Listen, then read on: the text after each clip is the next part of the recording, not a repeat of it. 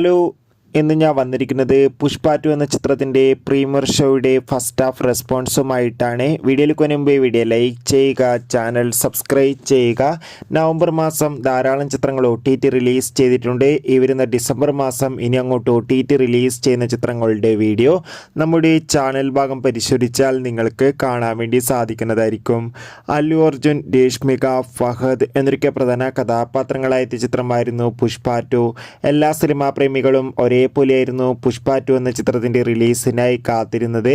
ചിത്രത്തിൻ്റെ ആദ്യ premiere show കൃത്യം രാത്രി 9:30 തന്നെ ബാംഗ്ലൂർ, ഹൈദരാബാദ് തുടങ്ങിയ സംസ്ഥാനങ്ങളിൽ ആരംഭിച്ചിട്ടുണ്ടായിരുന്നു. ഫൈനലി ചിത്രത്തിൻ്റെ ആദ്യ റിവ്യൂസൊക്കെ പുറത്തുവന്നിരിക്കുകയാണ്.